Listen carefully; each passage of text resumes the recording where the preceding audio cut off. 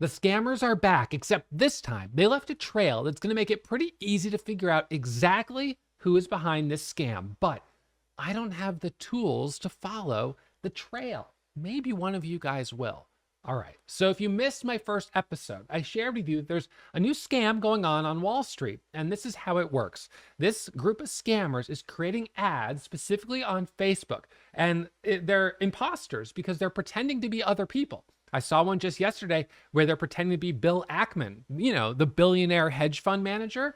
And they're saying, hey, I'm Bill Ackman. I have just created a WhatsApp group and I'll be sharing a couple of trades each week with you guys. Obviously not. But when you go into that WhatsApp group, you're talking to what appears to be Bill Ackman, and he's sending you messages on WhatsApp telling you what stocks to buy. Well, there's a group that's doing this to me. They're pretending to be me, Ross Cameron. And they're using my logo, using my face, using my picture. And so I actually joined the WhatsApp group and I'm talking to this guy who's pretending to be me. Now, I first started talking with him a couple weeks ago and he told me the trade alerts come from inside information. And I said, well, isn't that insider trading? And he said, shh, shh, shh, shh, shh. Don't worry about that. So after I accused him of insider trading, I thought that he ghosted me. I didn't hear from him for a couple weeks, but I just got a message yesterday and he said, good morning. There will definitely be a rising stock tomorrow. Please tune in to my message before the market opens. And I say, okay, I will. And then today he says, good morning. And I say, good morning. And he says, CCTG is today's insider tip. Okay, what do we know about CCTG? There's a few things that we know about CCTG. The first is that it just IPO'd yesterday. The second is that it's a Chinese stock. This particular scam involves securities, and that leaves a little bit of a different paper trail. So let's look at the chart on CCTG. Okay, so CCTG today is actually up. Now, to be honest, first of all, I was actually looking at this before I got the message because this did IPO yesterday, but I heard some people lost some money on it. It was not a clean IPO. It popped up, it dropped down, it popped up, it dropped down. It was just big spreads, light volume, not easy to trade. Typical and not surprising because we had a recent IPO on the Chinese company ticker Roma. And on day one of the IPO, it dropped a staggering 85%. I'm not kidding. And that's not that day right there. That's this day. We go back a little bit further right here. It IPOs at about 10 and drops down to like $1.50. Wow. That is insane. I don't even know how that happens. And then here's what's really interesting. A couple days later, it pops up. And where was this? It was right. No, it wasn't there. It was right here. So a couple days later, it pops up. It pops up, it pulls back, it halts up, and then it sells off all day long. And you know what? I actually suspect that there might have been something fishy going on here too. Because, it's just, and I didn't know I don't know if there was something fishy, maybe not, but I bought into this halt. It goes up and then it resumes and it tanks and it sells off all day long. It felt like a trap. It felt like, a pump and dump. That's kind of how it felt. Like there was some alert and it got pumped up and then all of a sudden you've got these insiders who are just dumping shares. Now, what's going on with CCTG with this group is it certainly appears that they are pumping and probably dumping the stock. Now, I have a few reasons to believe that. And it is speculation because I don't know for sure, but I have some reasons to believe it. Okay, so here's the first reason. The first reason is we know some really shady stuff goes on with these Chinese companies. We also know that a lot of these WhatsApp scams are run out of China. So that's all goes hand in hand. Now, when it first started squeezing up right here, he sent me a message and he said, the price will adjust later. Please wait for my message. So I'm like, okay. So then at 10:19 a.m., he says, buy at current price. Now, here's something a little bit funny about that. Just moments before, I'm of course streaming to our community at Warrior Trading, and I told members about what was going on. So I was like, I will not be trading this stock because I don't want to trade a stock that's got this stuff going on with it. And I said, something kind of interesting is happening here. There's a really big seller that just lined up on the level 2. And I mean, I'm talking a really big seller. You'll see it right here. You see that seller? That's about 200,000 shares for sale at $8.50. And I said, you guys, how much you want to bet I'm about to get the message telling me to buy. So here's how you can find who I think is behind the scam group. Figure out who is selling those shares. Now, I can't do it. I don't have access to that kind of data. I don't know who is selling those shares. But I think if you could figure out who is selling that block of shares right there, it seems, and it could be a coincidence, an awfully, awfully big coincidence that moments before I get a WhatsApp alert to buy the stock at the current price, someone comes up with a 200,000 share sell order right here. And so in these few minutes, there were over 1 million shares of volume traded. And a lot of that volume was people buying right at $8.50. So think about that. 1 million shares at $8.50. 1 million times $8.50, that's $8.5 million value worth of stock that they were selling. Now, what we don't know is where that person was in from. Now, if they sold a full million shares, maybe half of it was that selling from this group or this individual person, who knows? Well, that's still $4 million worth of shares. That's a lot of money. We don't know if this is someone who bought yesterday. Maybe they didn't buy pre-market or after hours. There wasn't the volume to buy that kind of size. Could it have been someone who bought in here? Maybe. Could it have been someone that had shares before the IPO or got shares, somehow at the IPO? Maybe. I don't know. Now, one of the things that I also speculate is that there were waves of WhatsApp messages that were going out. So, maybe one of the first waves, and I don't know, maybe I don't know what wave I was on, right? But there was certainly a wave that went out when I got my message and we saw all that volume right there at 850. But then it ended up going up a little bit higher. And you know what happened when it went up a little bit higher? It goes up a little bit higher and there was another seller just like it at 950. So they were unloading at 850. They were unloading at 950. It goes up to 10. There were more sellers at 10. Another seller at 10, and it broke 10, but then it dumps right back down. So someone sold a lot of stock today, and I don't know who. I'm always careful to not make accusations and things that I'm speculating on because I don't know, but clearly this appears to be a pump and dump, right? That's what it appears to be. Now, the thing that makes it a pump and dump, there's sort of two things. There's deception here. And there's not any clear communication that they're already in, right? So if you're in a position, you have to say you're in a position. Of course, when I'm streaming and I'm trading, my P&L is right there. So you have disclosure. You need that disclosure. Even when you watch the news, sometimes they'll say, oh, this person is currently holding a position to this. Or you see someone write an article, this person's currently holding a position to this. You have to disclose that because it obviously, therefore, you have a bias, right? And then the second is communicating potentially just totally false information. Now, he's saying he has an insider tip. And I think the reason he's saying insider information is because he wants to make me complicit if I trade on his information. So if I lose money, I'm not going to go report it to the cops or, report him because I lost money on an insider trade, right? You wouldn't do that. So I don't. But, he's still presenting it as he has some special insider information, some insider news or something like that.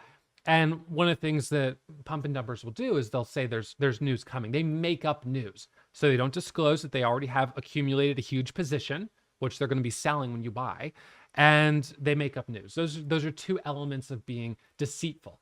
So in the case of this WhatsApp message, there is absolutely no disclosure, of course. I mean, I wouldn't expect it, but of course there's not. So we're left just to speculate at what price they were in at.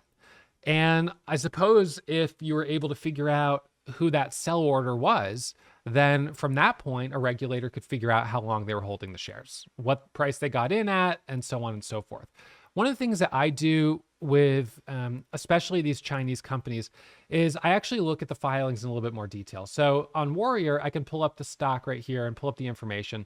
And as soon as I see Hong Kong-based company, I'm like, yep, okay, we got to look into this in a little bit more detail.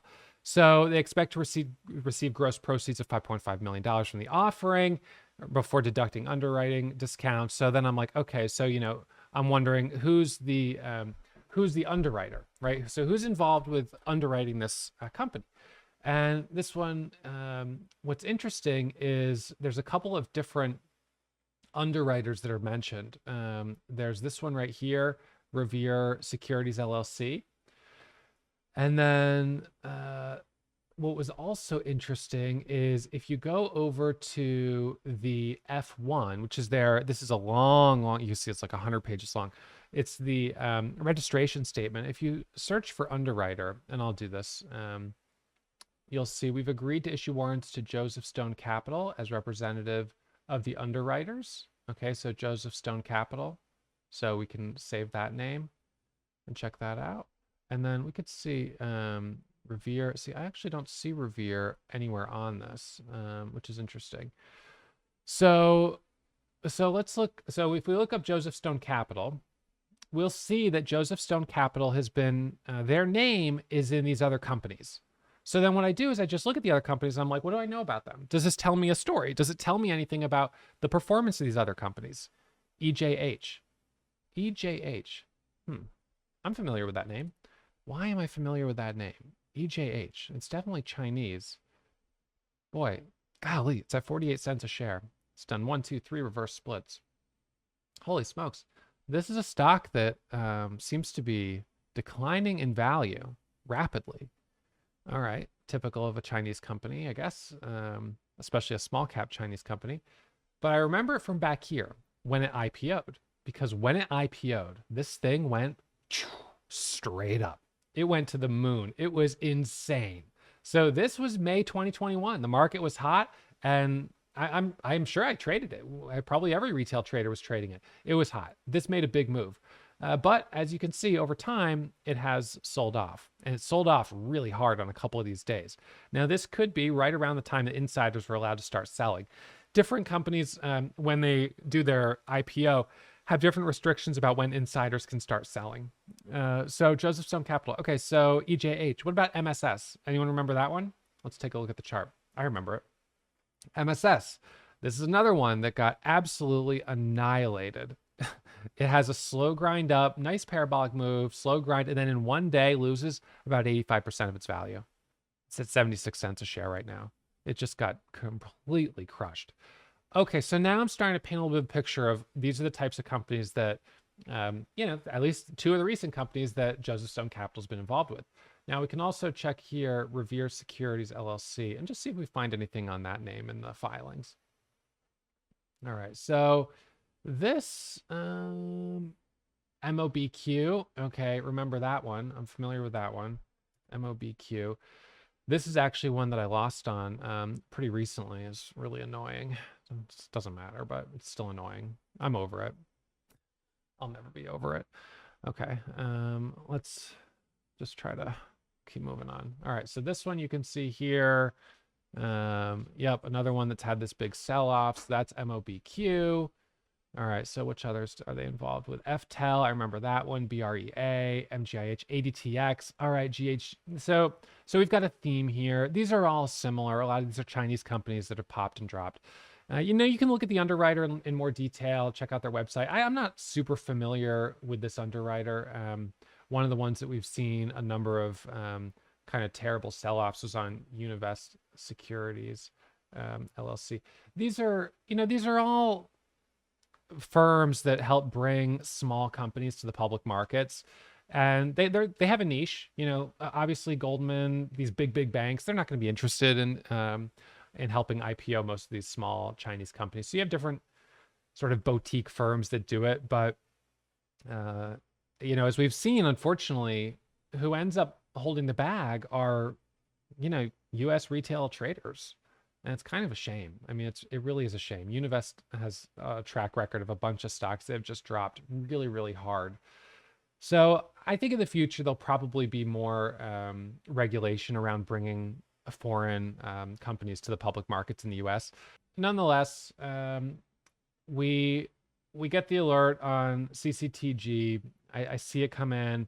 And then my speculation is that they were probably sending out additional alerts to other groups. I may be in one of the first groups, or maybe I'm in the last. I don't know. Maybe there was an alert that went out here, and then another one that went out here, another one that went out, somewhere in this area, and then maybe a final one right in here, right? And now I haven't gotten anything since. So That's CTG. The thing is, we have the limited information we have, and then we speculate from there. Now, there are certain things that could prove our hypothesis. If we found out who were those big sellers at 850, at 950, and at 10, who were they? Figure out where did they get their shares from? How long have they been holding them? Who are those people? Are they U.S. residents? Probably not. We probably will never know the answer to who those sellers were. Honestly, probably the best thing that we can do is keep our eyes open, be aware. So, of course, our community members were well aware that there was something going on with that stock, which made it a no touch for me. So didn't touch it, didn't trade it. And, to share that awareness, to stay diligent, and hope that at some point regulators make some changes to help prevent this type of stuff from happening, because we've been seeing it especially with the Chinese stocks. Now, look, we've had some great momentum on the Chinese stocks, but a lot of people have been saying it's because they get pumped up and then, the insiders sell and they leave retail US traders holding the bag. So ultimately, the market would be better if we didn't have those types of things happening. And hopefully something will be done about it. But one of the problems is I report these people that are on WhatsApp and on Facebook all the time. We reported like 100 of them. Just we did 92 the week before last. We did another 50 or 100 just last week. We're doing them all the time. We report them. And it's really, really hard to report them on the social media platforms. And you know what happened on TikTok, Chinese platform? I report all these scammer accounts, the imposter accounts. You know who they ban? Me. My account's gone. The only accounts on TikTok for Warrior are spam accounts, fake accounts, imposter accounts. The real account's gone. Now, why do these platforms keep these accounts? Some of them are running ads. They're actually making money off of these accounts. And I think that's a problem. It is a conflict of interest. If they enforce the rules, then they're going to make a little bit less money. I mean, I don't know what their rules are, but if they said, well, these are imposter accounts, they shouldn't be running ads pretending to be somebody else, another business, that's horrible. But it keeps happening. So I really think ultimately, can we report accounts? We can. It's very hard. A lot of times nothing happens. So really, it's the platform providers that need to shut this down. And then to a certain extent, regulators who could step in, but this is probably like small potatoes for them. This is like nothing compared to some of the big stuff that goes on. And we've seen crazy big stuff go on, especially with some of the big banks. There's only so much we can do, but yeah, it's just the market that we're in. So be careful, be cautious, and I'll see you back here for the next episode. There will probably be another installment of Scam Alert. So stay tuned for the next one. All right. Reminder as always, trading is risky. I'll see you guys soon.